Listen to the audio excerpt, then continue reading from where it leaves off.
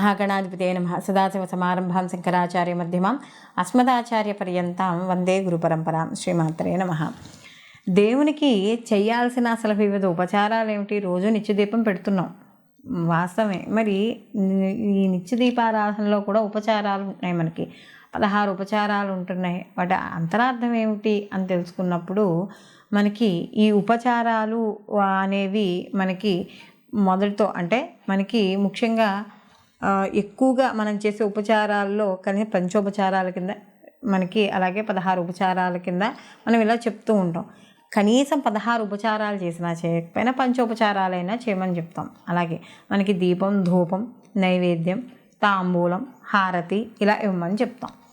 అయితే అసలు వీటికి ఉన్న విశేషం ఏమిటి అనుకున్నప్పుడు మనం ఫస్ట్ ఈ యొక్క ప్రకృతి సహజంగా ఏవైతే ఉన్నాయో, మనకి ప్రకృతిలోంచి ఏవైతే వచ్చా అవే భగవంతుడికి సమర్పించడం అనేది జరుగుతుంది. అయితే ఇక్కడ మనకి అభిషేకంతో మొదలు పెడితే కానీ స్వామివారికి అసలు అభిషేకం ఎందుకు చేస్తాము అనుకునేటప్పుడు ఆత్మశుద్ధి కోసం చేయడం అనేది జరుగుతుంది అభిషేకం.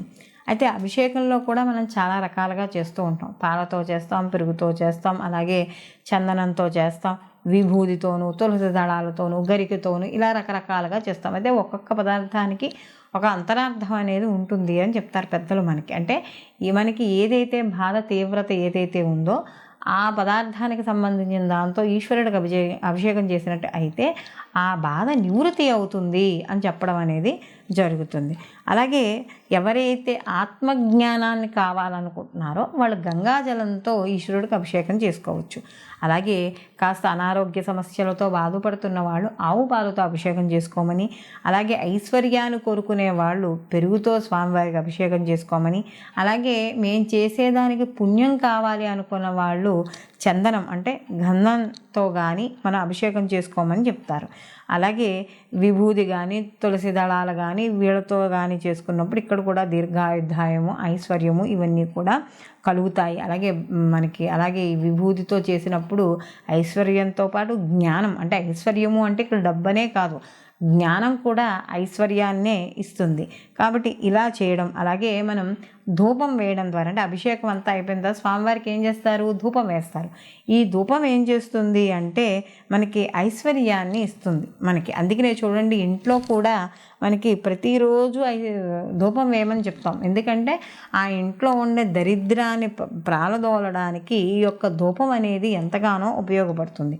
అలాగే మనకి ఈ దీపం ఏం చేస్తుందయ్యా అంటే మనకి జ్యోతిస్వరూపంగా చెప్తాం. మనకి ఆ ఎదురుకుండా ప్రతిమ ఉన్నా లేకపోయినా భగవంతుడిని జ్యోతిస్వరూపంగా భావించుకుంటాం. కాబట్టి ఇక్కడ మనకి దీపాన్ని వెలిగించడం ద్వారా మనకి జ్ఞానం కలుగుతుంది అని చెప్తారు. అలాగే నైవేద్యం పెట్టడం ద్వారా దీర్ఘాయువు, తృప్తి కలుగుతుంది. అందుకనే కదా మనకి నైవేద్యం ఎందుకు అంటే మన అన్నం ఎందుకు తింటాం?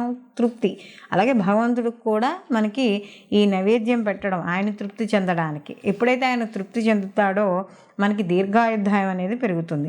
అలాగే తాంబూలం వేసుకోవడం ద్వారా భోగభాగ్యాలు కలుగుతాయి అని చెప్పడం అనేది కలుగుతుంది. కాబట్టి ఇక్కడ ముఖ్యంగా ఏం చెప్పినా కూడా అభిషేకము, గంధము సమర్పించడం, ధూపం, దీపం, నైవేద్యం, తాంబూలం ఈ ఉపచారాలు ఎవరైతే చేస్తారో వీళ్ళకి తప్పకుండా వాళ్ళకి ఈ యొక్క ఈ భగవంతుడికి చేసే ఉపచారాలు ఈ 6 ఉపచారాలు చేయడం ద్వారా తప్పకుండా వాళ్ళకి భగవంతుడి యొక్క కరుణా కటాక్షాలు వాళ్ళకి అనుకూలంగా ఉంటాయని, వాళ్ళకి అనుకున్న పనులు సకాలంలో పూర్తి చేయగలుగుతారని, నిత్య దీపం దరిద్రనాశనం అని చెప్తాం. కాబట్టి ఏ ఇంట్లో అయితే కనీసం ఈ 6 ఉపచారాలు చేస్తారో వాళ్ళ ఇంట్లో దరిద్రానికి అసలు ఆస్కారం ఉండదని చెప్పి పెద్దలు చెప్పడం అనేది జరుగుతుంది. కాబట్టి ప్రతి ఇంట్లో కూడా తప్పకుండా సాధ్యమైనంత వరకు 16 ఉపచారాలతోనూ చేయడం, లేదా ఇప్పుడు మనం చెప్పుకున్న 6 ఉపచారాలతోనైనా సరే విధి విధానంగా చేసుకోవడం ద్వారా ఆ ఇంట్లో లక్ష్మీ కటాక్షం అనేది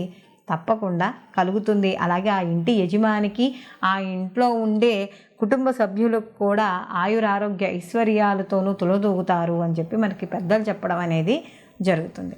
సర్వేజన సుఖినో భవంతు, లోకా సంస్థ సుఖినో భవంతు.